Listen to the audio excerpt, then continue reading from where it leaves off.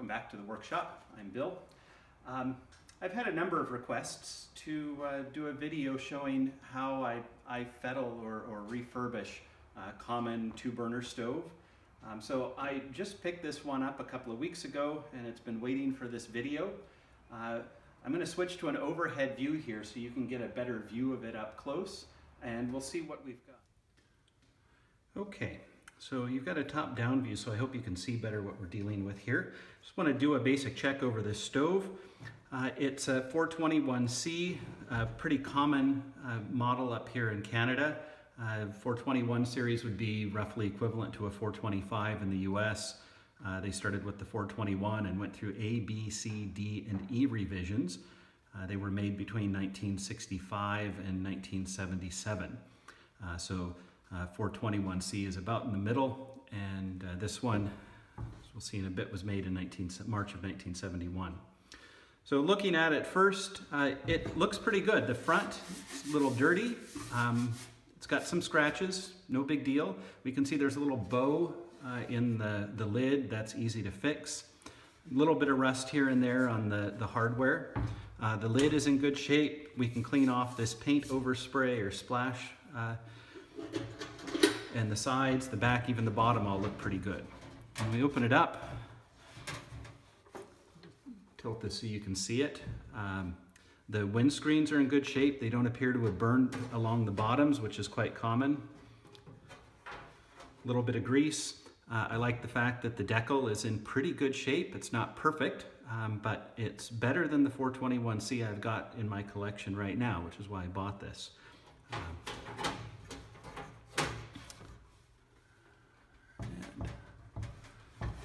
the grate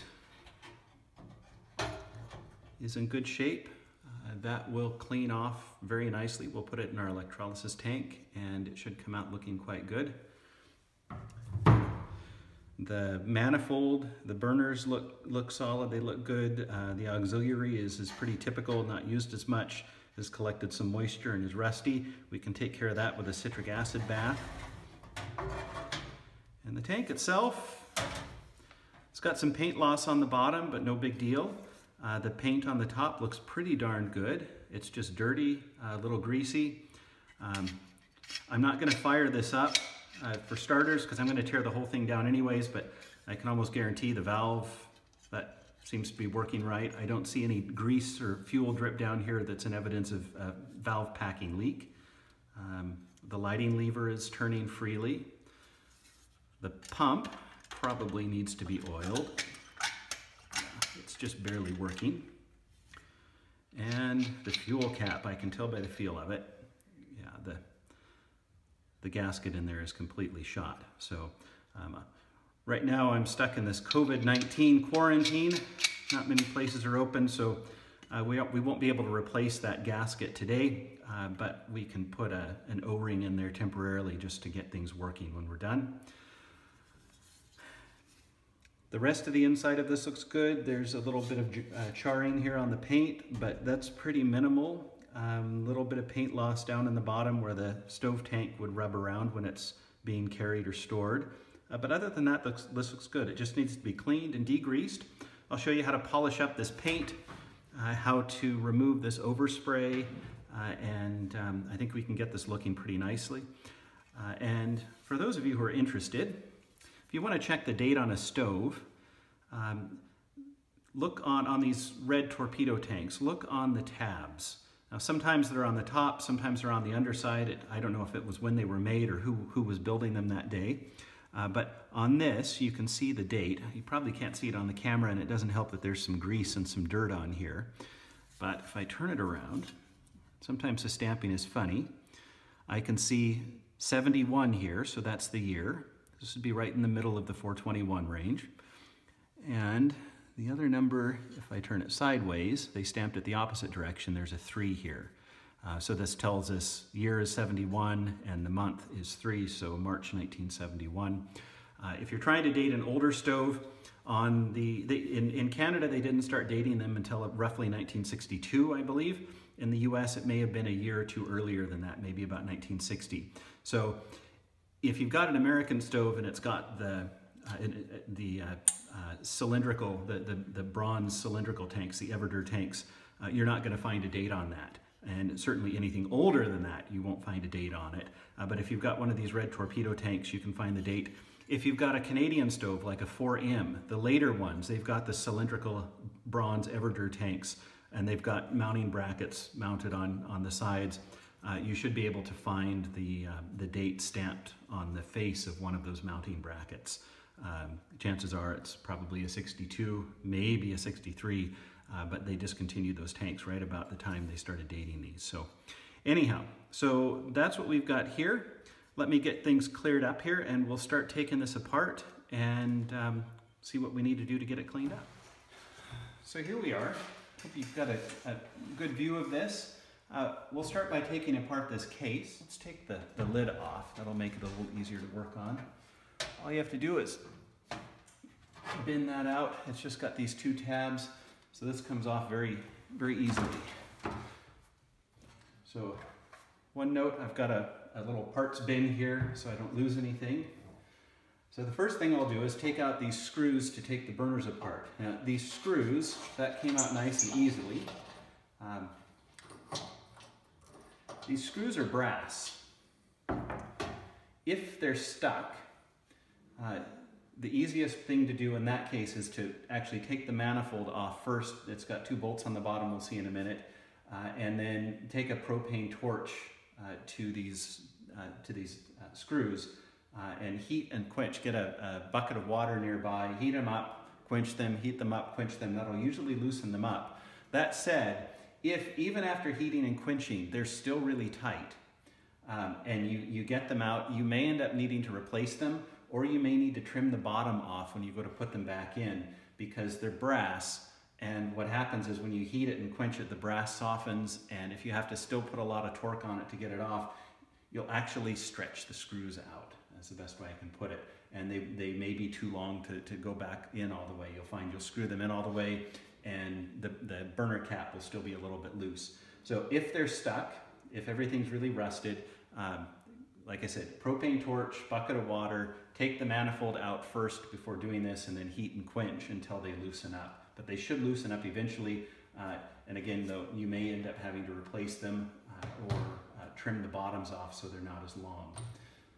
You'll see inside, this is what Coleman they started back in the 30s. They refer to this as these burners as band of blue. They have these alternating rings, flat and corrugated. And one of the things we want to do when we work on this is to get these cleaned up. Even just taking them apart and blowing out the debris that gets caught in there will help. But if these are nice and clean, you'll get this beautiful even blue flame all around, and it looks really nice. But we've got to clean it first to get that. Oftentimes you'll find it's just sort of a general blue blob that comes out, or sometimes you may find sparks coming out if there's a lot of debris in there like there is here. So that's the primary. The auxiliary, I haven't taken this apart yet. It's a little rusty, but that actually came out nice and easy. Again, if it doesn't come out easy, heat is your friend. Heat and quench, heat and quench. So some of these you'll find on this, the auxiliary burner cap and rings are larger, so it'll be easy to tell them apart. On some variations, you may find that the auxiliary has a short screw. These are actually both the same size. But the auxiliary burner, if you can see, it screws into this hole right down here. So the screw doesn't have to be very long. On the primaries, this 421C, the bit that threads into is fairly high, but sometimes they actually screw down into the very bottom of this cavity, so you may find it's a longer screw there. Those are the ones that tend to be prone to stretching if you have to heat and quench. We'll take that apart. Again, these are in pretty good shape. Someone took decent care of the stove. They didn't have it sitting outside in a shed where it was damp and rusting. So that's the that's the burners. So now we'll take the manifold out. I'm going to dump this out here on the garage floor.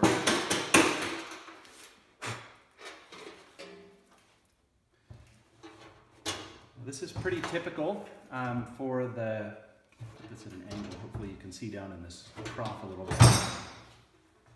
This is pretty typical for these stoves. There's a screw here that screws into a bracket on the back side of the manifold to stabilize it. And then you'll have two studs here with nuts on them that are underneath the individual burners. This is on the 421s and 431s, on the 444s. This is always a Robertson screw. If you're down in the States, they'll probably have a Phillips or something, maybe a slotted screw. So take that out. It's got a washer under it. Set that aside. And these two nuts here are 7/16. And these can be a bear as well. Again,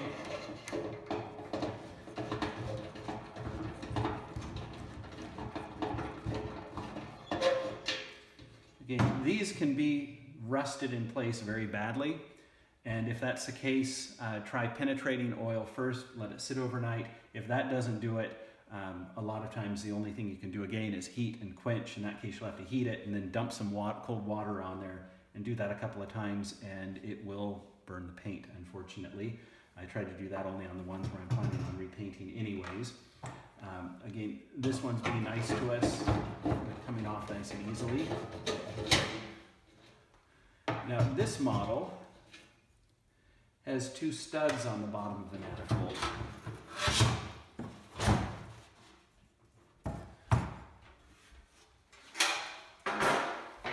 But there often is variation from model to model. On this, for example, you can see this is the bracket is held onto the manifold with a Robertson screw. I'll go ahead and take that off. On a 4M, for example, this is held on with a screw and a nut. You might want to take note just for positioning. It mounts on the outside of the manifold and screws in from the inside. And on some of these you'll find, I don't know why they did it this way, probably has something to do with whether it's got this raised bit or whether it's recessed and you have to put the screw all the way down into the bottom. But some of these will have, like this has a stud on either side and you put a nut on there. Some of them will have a stud and a nut on one side, and then on the other side there'll actually be a bolt that screws into it. There are a number of variations, so yours may look a little bit different than this. I'm not going to take it apart any further than this. This is not really designed to. Some of them you'll find, well in this case, if we were to take this nut off, we could extract this end of the burner, but there isn't really any big need to do that. One thing, and I've never had an issue with this, I think it has to do with what critters live in your part of the world, but it's not uncommon in some places for spiders to get down into the burners, into the manifold. They'll build nests in there. So and I do this anyways, even though I've never had a problem with it, if there's something in there like a yellow jacket nest, a mud dauber nest, a spider's web, or an egg sac, you need to get that out or you won't have proper airflow. And remember from other videos, you need fuel and you need air for it to burn properly. So if your stove isn't burning properly and you've got plenty of fuel, that's probably your issue. You need to stick a brush through there. I've got some round brushes that I picked up on Amazon for a couple of dollars, and they're really handy. They're flexible. You can stick one in from this side down this tube. You can stick it down this way into this tube. You can stick it into where the generator goes in the manifold, and make sure that's all cleaned out. If you don't have a brush like that, you can use a zip tie. Actually stick the zip tie in the end of your drill and the drill chuck and stick it in there and spin it around. That'll grab anything and make sure it all comes out. So that's the stove body itself, and the manifold, the burners and all of that. So now I'm going to check there's no fuel in the tank. Let's take this guy apart. I already know it needs a new cat gasket. We'll set that aside and deal with that later. You can watch a cat gasket video on how to deal with that. We'll take the pump off. Just got a little spring clip here. Now, if all you needed to do is oil the pump, just posted a video this week on how to deal with that. And to get you started on that if that's all you need. And you're usually stuck a little bit.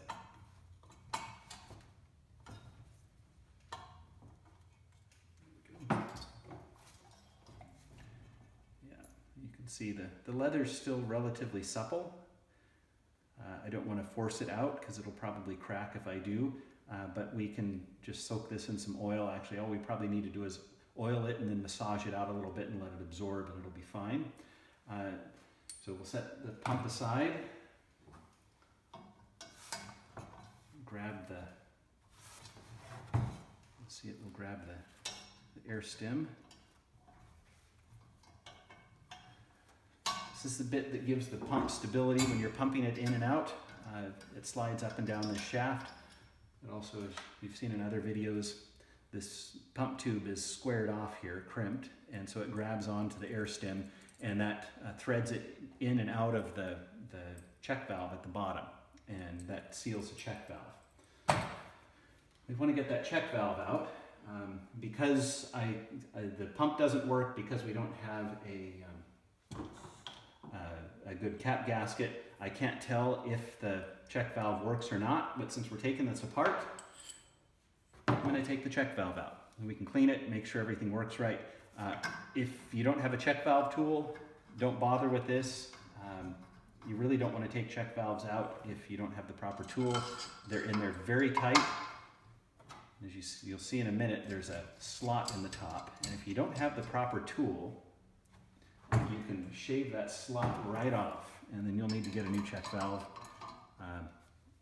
if it needs to be replaced. Otherwise, the only way to get it out is with a screw out or something like that. So, with the right tool, it's a piece of cake. You can buy these tools. I think they're sold on eBay. This one came from old Coleman parts.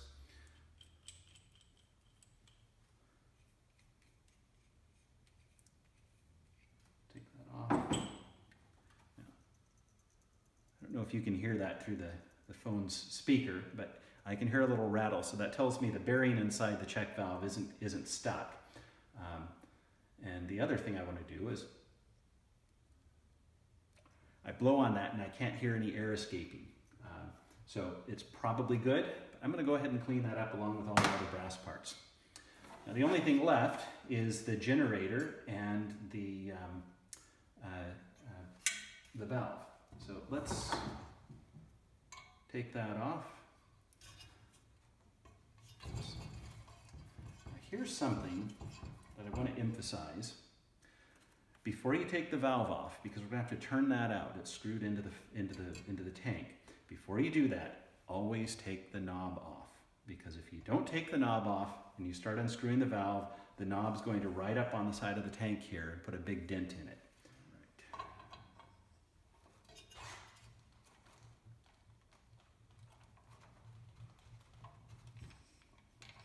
Sometimes these can be a little bit tight. Doesn't fit real well. When I'm trying to do this mostly left-handed for the camera, this little guy works better. Set that aside, set that aside. Now, I'm going to go ahead and take the nut off.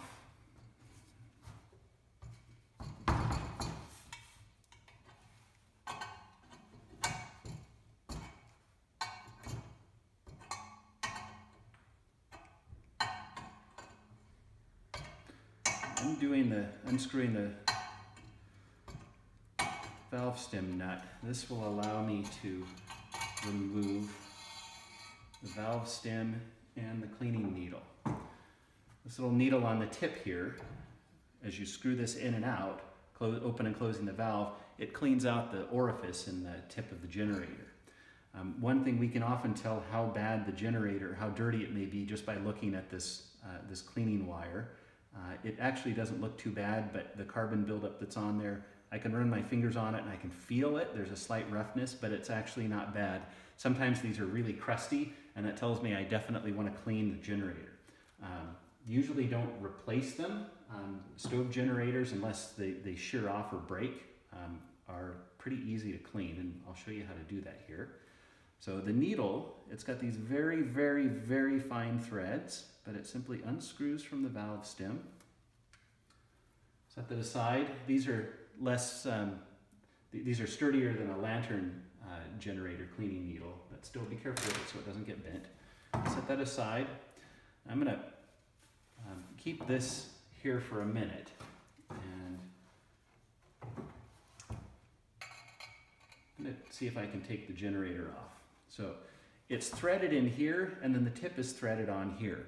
So it's designed to be grabbed here. This is where I'll tighten it when I put it all back together. You got about a 60-40 chance of getting the whole thing off by twisting this. We'll see what happens, but no, the whole thing's not gonna come off.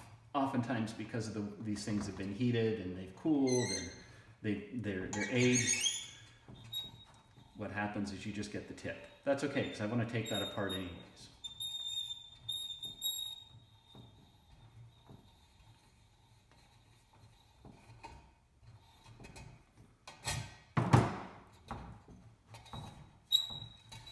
This is brass, so when we clean it, we'll put it with our brass parts. And sometimes this may be sitting right in the tip of the generator. Other times it may be stuck in the tip here. But this is our gas jet.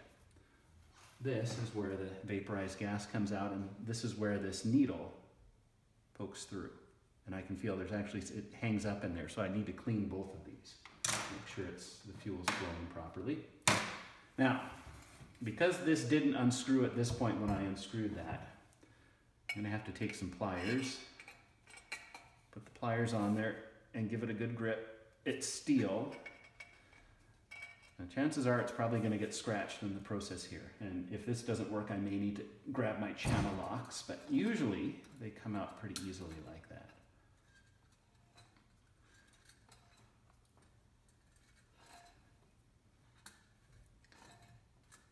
Generators take quite a bit of abuse, so I'm not too worried about any marring on here.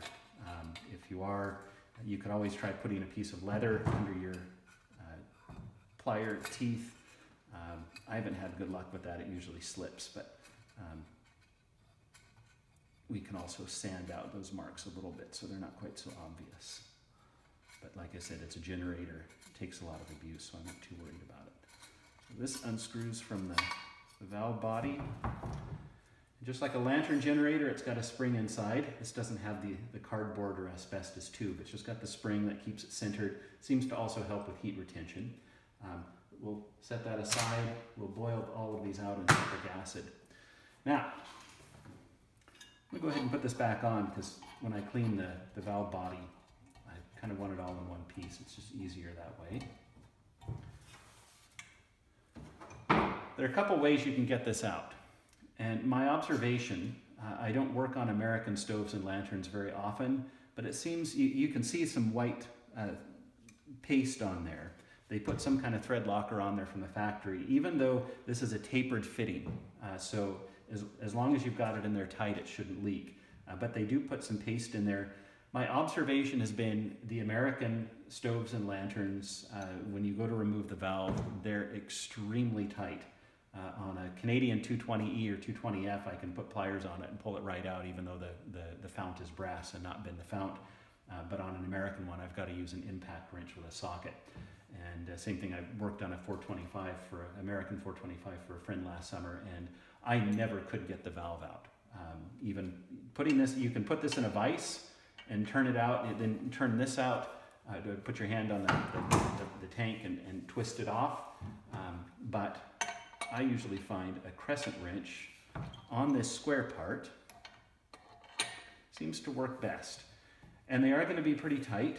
So the first thing I'll try is just to wedge it here, and that's too tight. So if I put it on its side, and now it broke free, so now it's not too bad.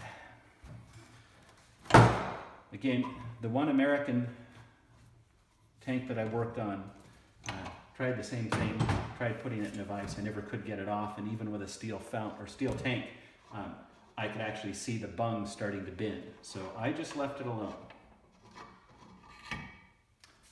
Right, so tanks all taken apart, and this is why I want to clean this out. This looks like someone may have burned unleaded in here. You can see this is all green. It's pretty gummed up down on the bottom, some fuel varnish, definitely some fuel varnish.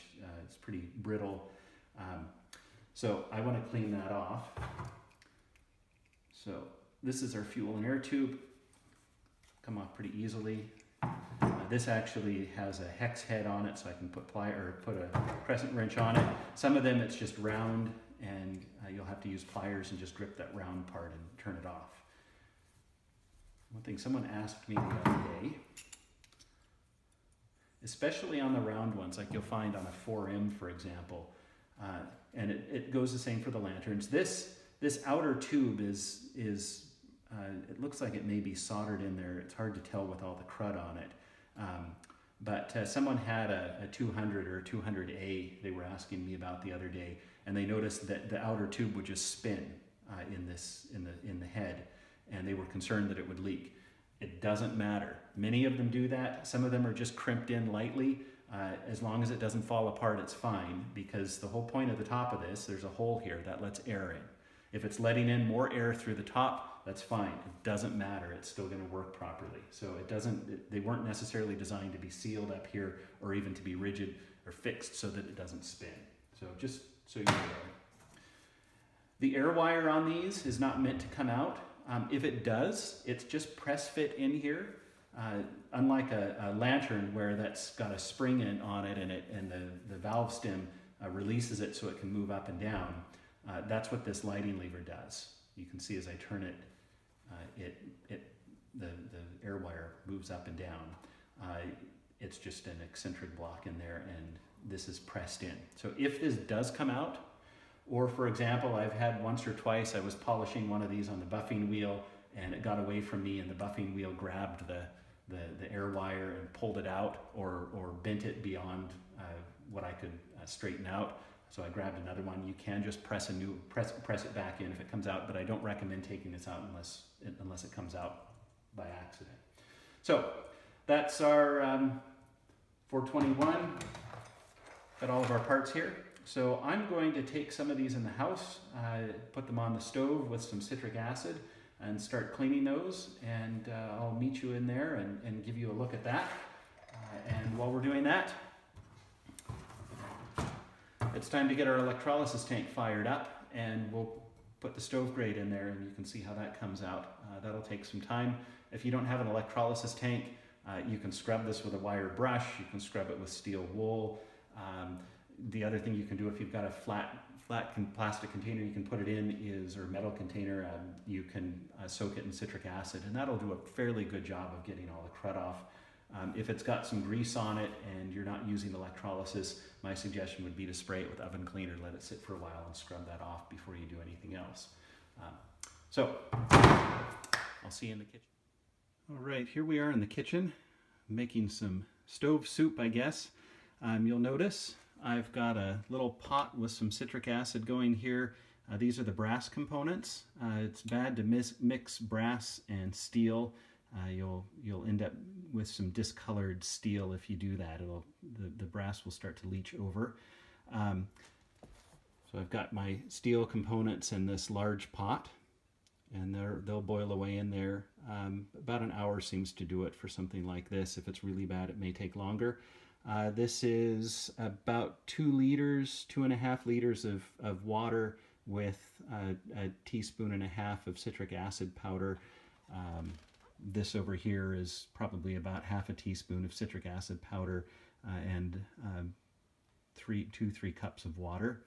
The one thing you'll notice back here, I just put these in a glass coffee cup so that you can see what's going on.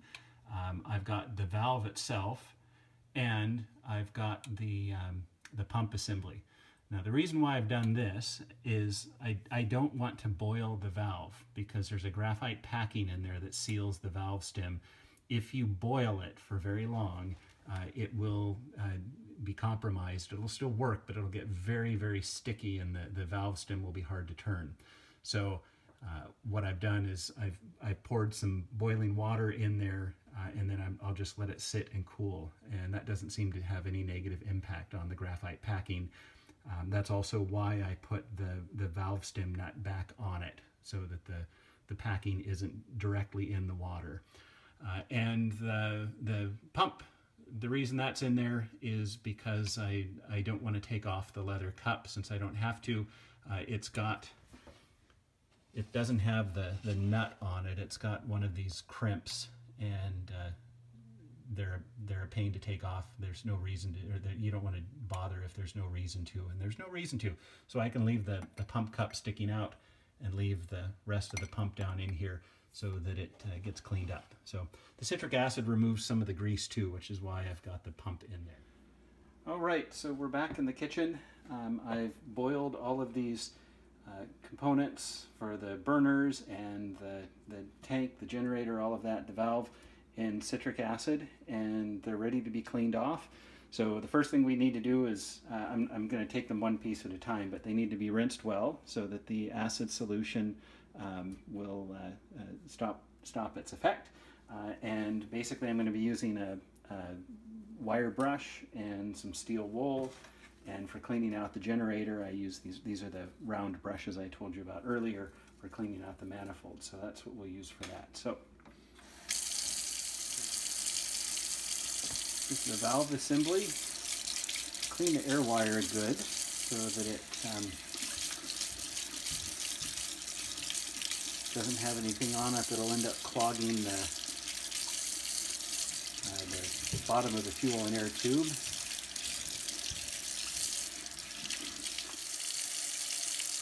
And the fuel tip.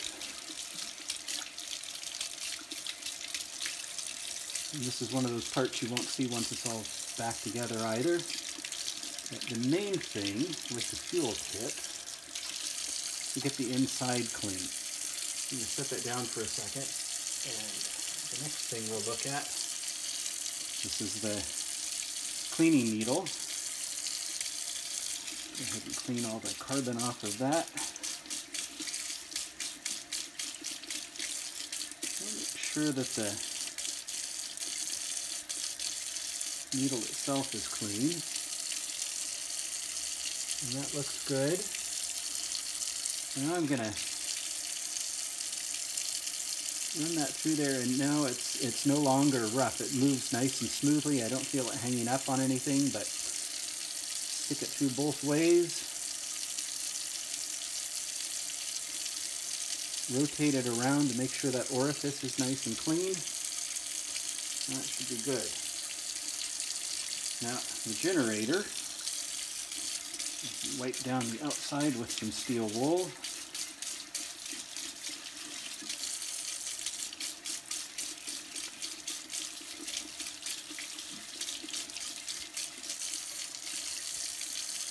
The inside is the issue. It gets covered with or coated with carbon on the inside. I'm going to take one of these rounder brushes, and I'm going to, you can see all the black carbon that's coming out.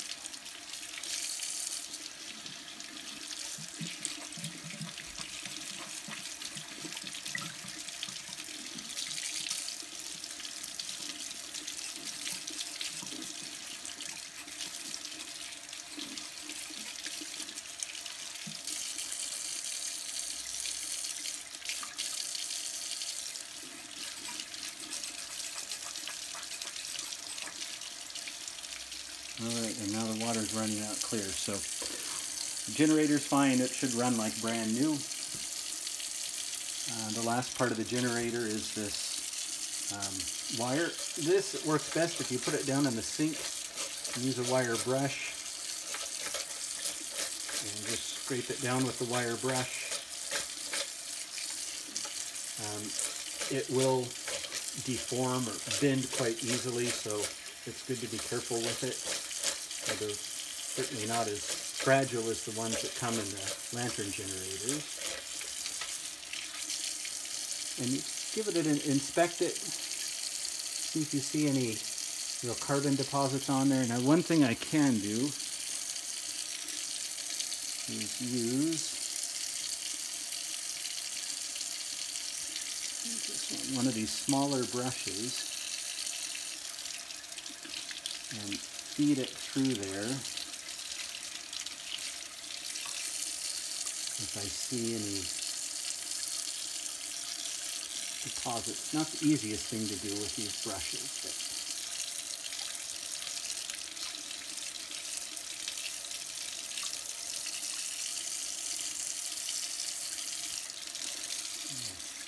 get any carbon or excess carbon off the inside of that. So the generator's clean now. Usually the worst part on a stove are the burners themselves. Now, I'm going to put this back together the way it is. It's not in too bad a shape. You can see whatever the plating is that they put on these tends to burn off, or if it gets rusty, it rusts off. But it could be a lot worse. It's not badly pitted or anything like that. So I'm going to put this back together the way it is. But if you want your burners and your manifold to be all nice and shiny and silvery, a lot of people will use them. I will occasionally do this if the manifold or the burners are in really poor shape. You can spray them with high temp silver barbecue paint, and that will make them shiny again. Now, word of caution, it won't look like when it was new. One of the problems when you do that, just like with a burner frame on a lantern, some people do that, and the downside is it looks like you painted it with high temp silver barbecue paint. It doesn't look like the original. The original isn't quite that bright and shiny. So there's one of our burners. The other. All right, the last thing are these burner rings. These you want nice and clean. This is what gives you that nice band of blue flame. And so be gentle with them. They will bend easily. These cleaner ones, I'm just going to run through the steel wool like so. These corrugated ones aren't quite as easy to do, so that's where the wire brush comes in handy.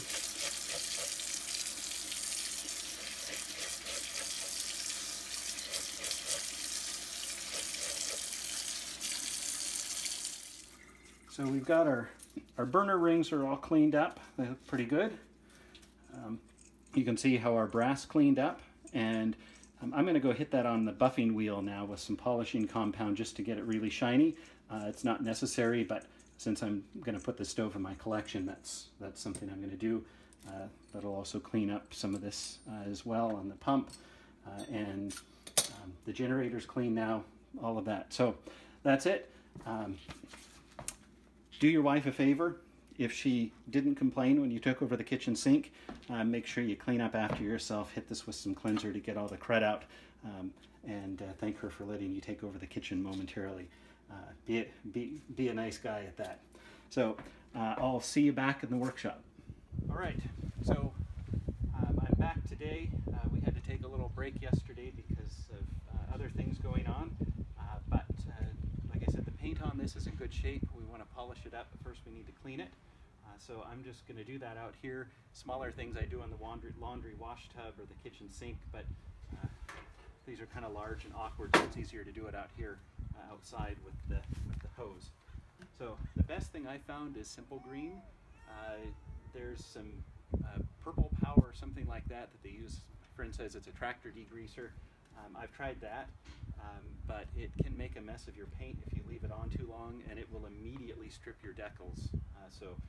All of the lettering on that would come off. So Simple Green seems to be the least offensive, but still with this, be careful with your decals. It can mess them up if you leave it on long enough. So I'm just going to start with the bottom part. Spray it down really well. Just to degrease and get the dirt off. It's a stove. People cook things like bacon on it, so there's usually grease.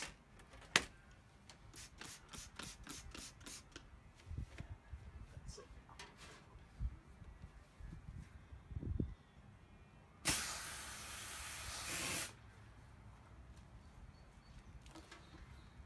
You can use the scratchy side of the sponge if it's not too aggressive. I am going to polish this, so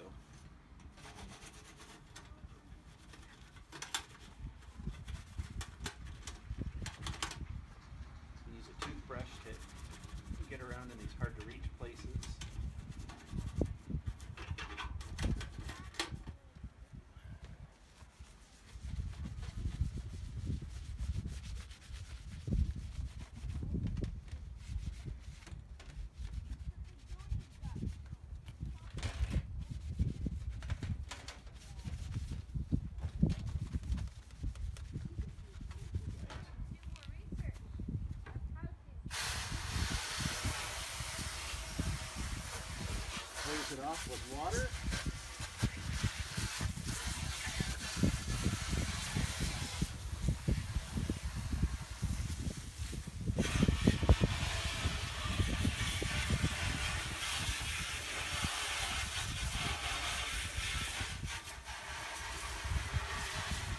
All right, so that's significantly better.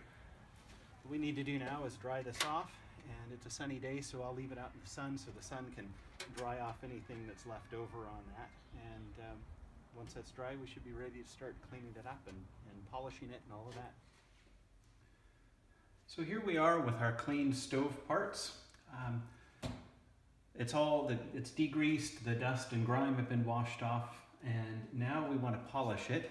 The first thing that I want to do on the outside of the lid, as I noted before, there's some paint that's been splattered on here. So we want to remove that. The lid also has plenty of scratches in it. So the first thing I'm going to do, if this were worse than it is, it's actually not very bad.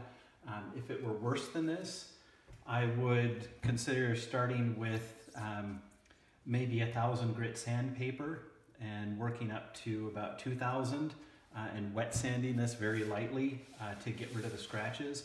But since it's not that bad and I don't mind having a little patina on it, I'm just going to use some polish, and that'll take care of most of it. I'm using this Turtle Wax white polishing compound. You can find it in the automotive section, the store. And this should, with a little elbow grease,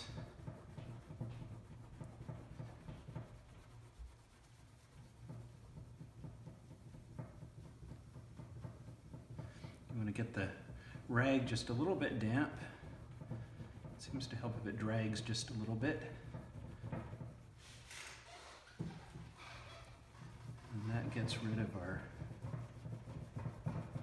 paint. Now you don't want to watch me do the whole thing, so I'm going to do a corner here.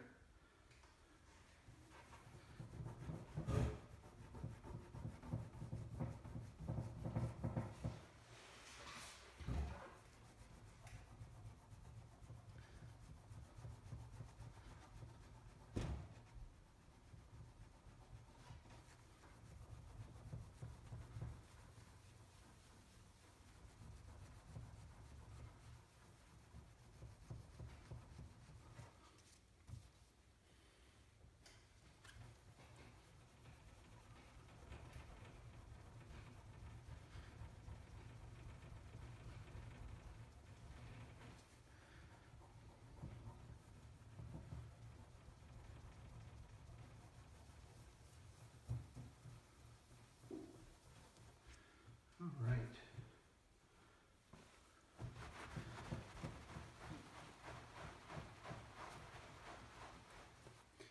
Now that has actually shined it up quite a bit. It's still got the fine scratches. I don't mind so much about that, but it has removed the dullness and it's removed the paint, the splatters that is. So the second process, and this is what I'm going to do all over, is to use this Mother's Mag and aluminum polish, which I found works quite well on paint. It's very fine and it won't take the paint off, or at least not in any significant quantity. You will find the rag will discolor a little bit. And just put a little bit on there.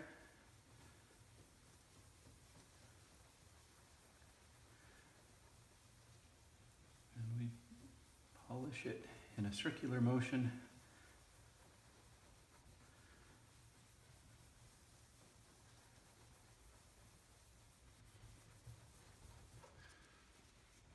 And like I said, I'm just going to do a corner here so you can see. I'll do the rest and we'll come back and have a look at it.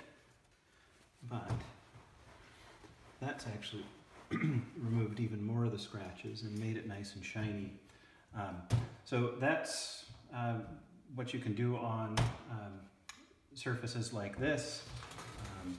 On the inside is in nice shape. It's again got some scratches, it's got some discoloration. the mother's polish will take care of pretty much everything on here. And one thing that you may want to do, a lot of times these decals from the heat, they've shrunk just a little bit, or maybe they've peeled up around the edge a little bit, and you've got this discolored area where some of the gum from the decal has stuck on there and then attracted dirt. I will clean this off with some denatured alcohol just around the edges. Just be careful if you get alcohol on the red or the white lettering, it will take it off like that, just instantly. So you want to be careful that you just get the edge. Everything's cleaned up now. The fount and the stove case are all polished. I didn't show this part. I just tossed this in my electrolysis tank, and you can see how nicely that cleaned up. There are different ways you can clean the stove grates. You could just sand it, you could use steel wool, you could use a wire brush, you could find a shallow container and soak it in some citric acid and then brush it or hit it with steel wool. I like the electrolysis tank just because it's so easy to use.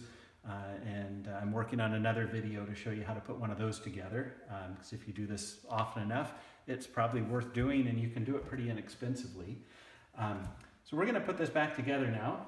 So the first thing I'll do, I've dug out the old hard gasket that was in the cap. These one-piece fuel caps are a pain in that regard. You can watch the fuel cap video I did on that. Since we're under quarantine here and I don't want to go out, I don't have any one-piece fuel cap gaskets for these right now, and don't have material to make any. So I'm just going to use this Viton O-ring. I've got a number of these that I usually take camping, just in case I end up with a fuel cap with a bad gasket. These will do in a pinch. Just push it down in there.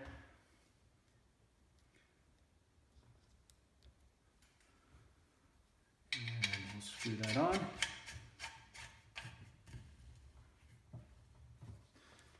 Now, put the pump back together. So the first thing we want is the check valve. Got my handy dandy check valve tool. Remember I said before when we were taking it apart, it's best just to leave the check valve in place if you don't have one of the tools. If it's not working right, and you can't get it out, spray some carb cleaner down the pump tube and let it sit there, and then try to pump it through. That's often sufficient to get them cleaned out.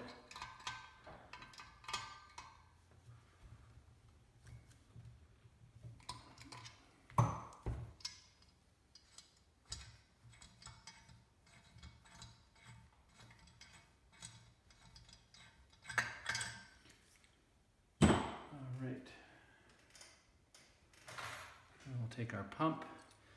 If this had been very, very dry, I would have left this sitting in some oil overnight, but it's actually not that bad. It's just, it needs to be oiled, but it's not bone dry. So we're gonna oil that and put the air stem in. If you've never taken one of these apart, you can screw the air stem in this way, but it can be a pain to get the pump on that and lined up and back in place. So I like to put the air stem in there before I put it back in.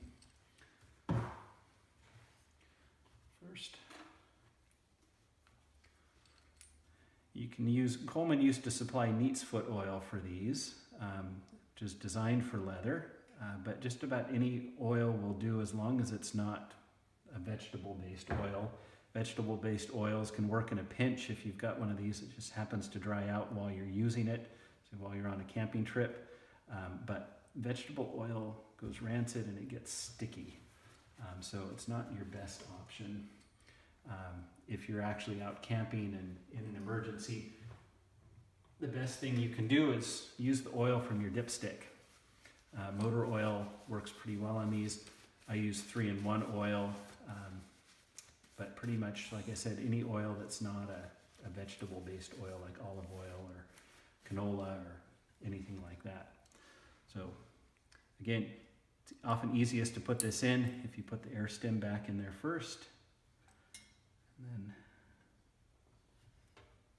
work the leather around so it'll fit in there.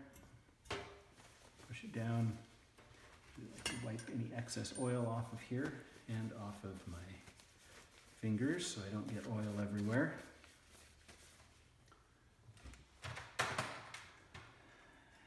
And on these, there's a little spring clip that holds it in place. It's got a hole in either side, so you want to line those holes up.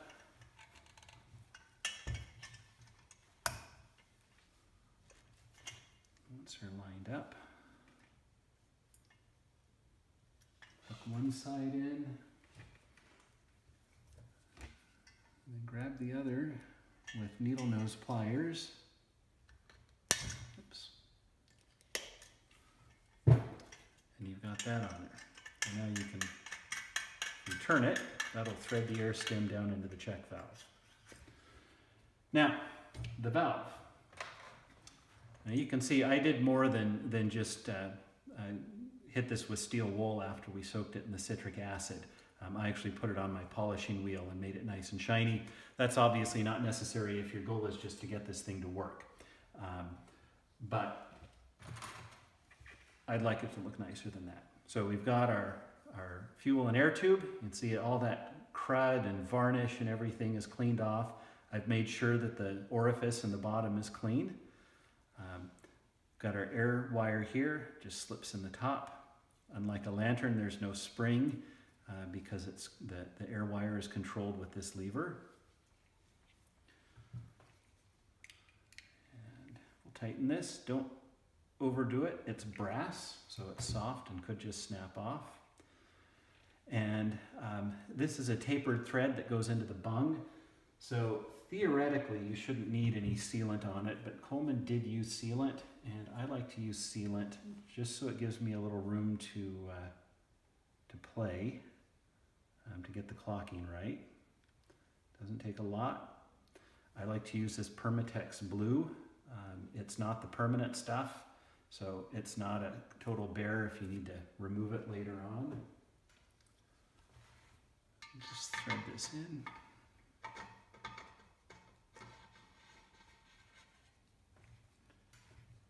By hand first, and put a crescent wrench on there.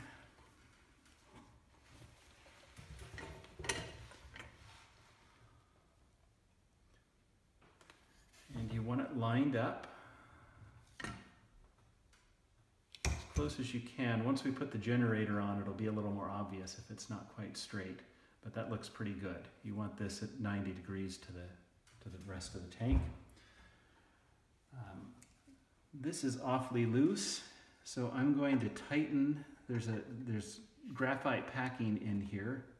So I'm going to tighten it just a little bit, and I'm going to take the valve nut back off.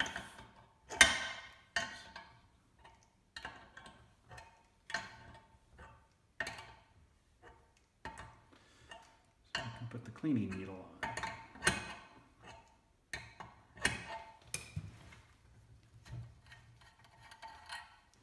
Remember, the cleaning needle threads in here.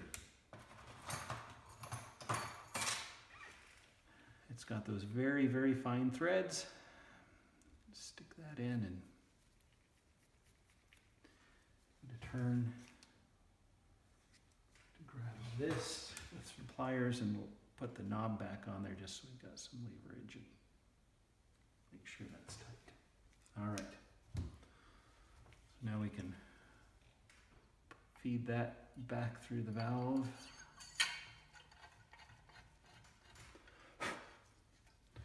There's a graphite packing in here. If it's bad, you may find you've got residue leaking down here, fuel residue onto your fount. If that's the case, usually all you need to do is tighten up this nut a little bit. You don't want it so tight that you can't, yeah, that's a little bit too tight already. You want it tight enough that it doesn't leak, but loose enough that it's still easy to turn the knob. Once you've got it running, you can check that, check for any leaks around the valve stem, and you can tighten it as necessary if it leaks a little bit. The same thing is true of this cleaning lever.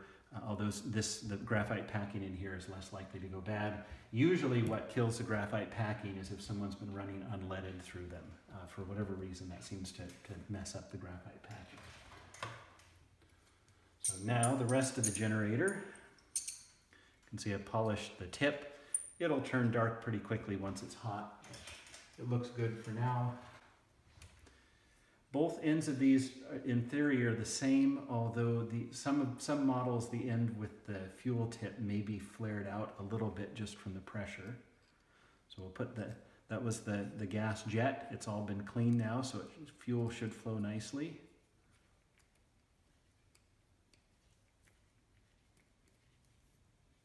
And this wants to cross thread.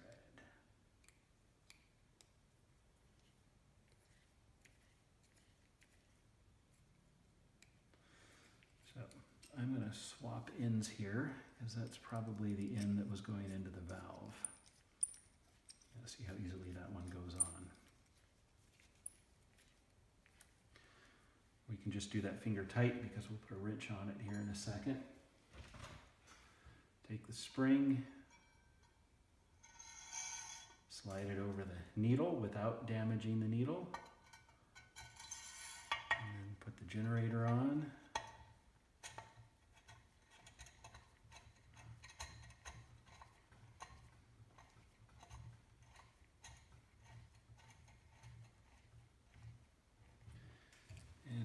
This good and tight, and in this case we're tightening both ends at the same time. So once the tip is tightened, then it'll start thread or tightening into the valve.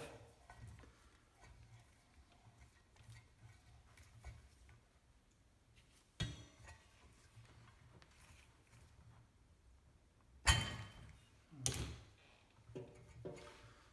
there we go, and if we look at this, it looks like we're pretty much at a 90-degree angle. We can make a fine adjustment to that in a few minutes once we get this put in. So the tank, should put our knob on.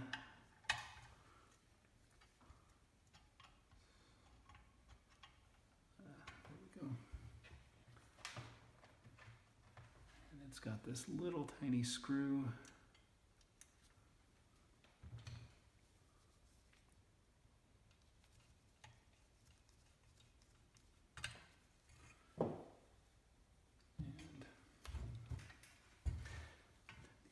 I'm doing this left-handed for you for the camera, so if I'm a little clumsy, bear with me.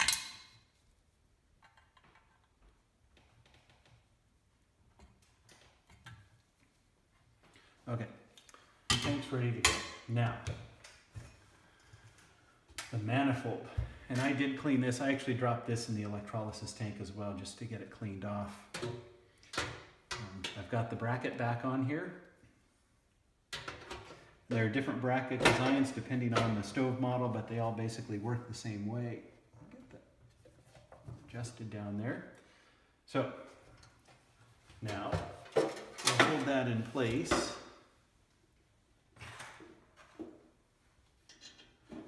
And we'll put our nuts back on.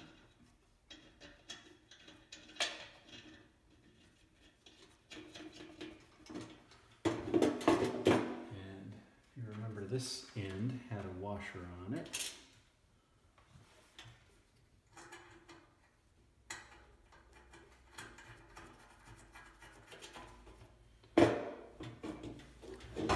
And we had a washer and that Robertson screw over here.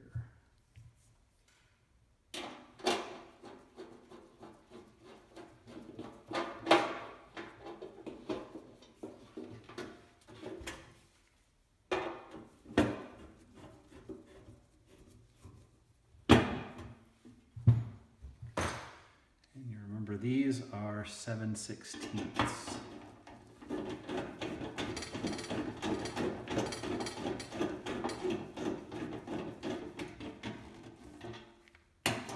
Now, we may have to loosen these and make some fine tuning adjustments at this point. It's a combination, to get these lined up properly, you've got a combination of the generator, the valve needs to be angled just right, and the manifold needs to be in the right position. But, as you can see, that lines up perfectly in there. The manifold is lined up with that center rise, just like it should. So that's good. Shut this auxiliary burner.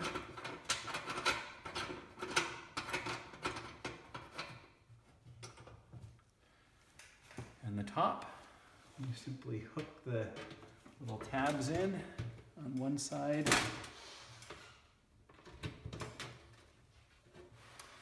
And there we go. And, oh, we need to put the burners on. One last thing here. Now some of these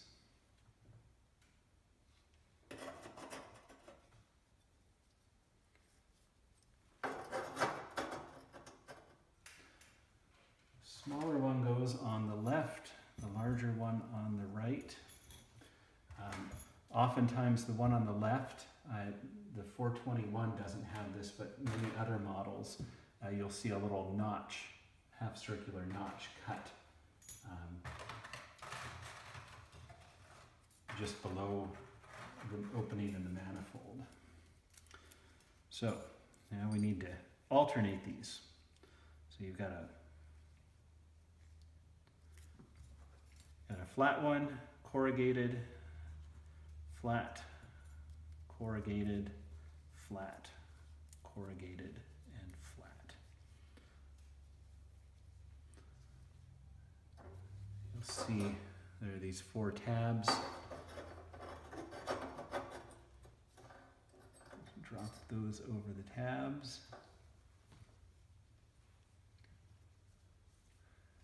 And put the cap on. And drop the screw in there. These can be a little bit of a pain sometimes to get the screw lined up properly. I can't really see the hole that it's trying to go into.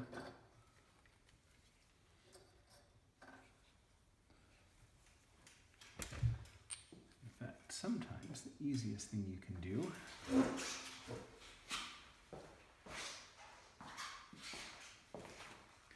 is to take a flashlight, shine it down there so you know it's lined up.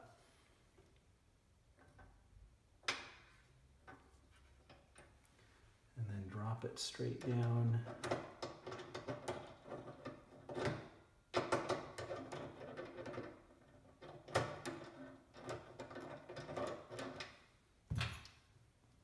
Like I said, not always the easiest thing. Depends on the model. This we're trying to get the screw into a, there we go. On this we're trying to get the screw into a little hole on the top of a rounded tube. So before you tighten it, make sure your the rings are all lined up properly.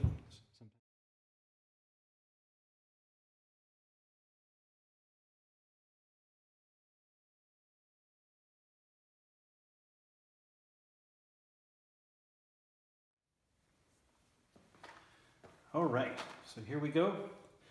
Let's light it up. We've got gas in there. I've pumped it up. I put about 45 pumps in just because I didn't put much gas in. We're just going to test fire it. Lighting lever up so that we've got the right air and fuel mixture for lighting so that it doesn't flood. Let's open this valve.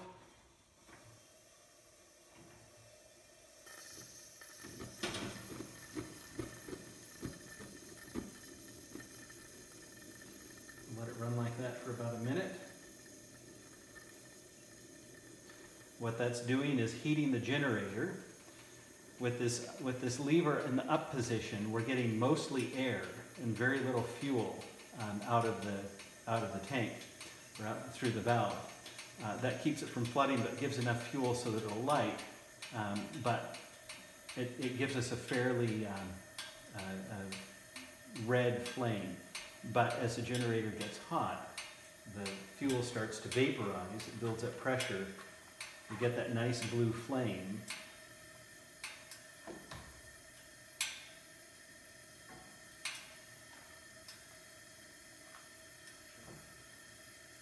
And once that's ready, once it's burning properly, now we can go ahead and light the auxiliary.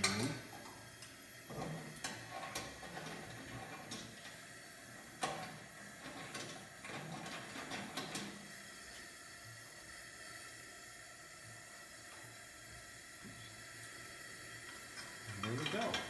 Pump it up a few more times.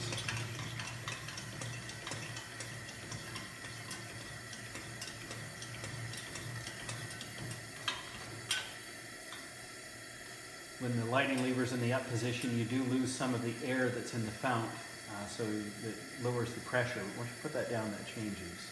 So there we go. So I hope you found this interesting. I hope it helped. If you've got any questions, put them in the comments and I'll see if I can answer them. This is how you refurbish one of these old stoves. Again, we didn't get into repainting in this one, and you don't need to do everything I did, but this will give you an idea of what you can do. Hope you enjoyed it. See you next time.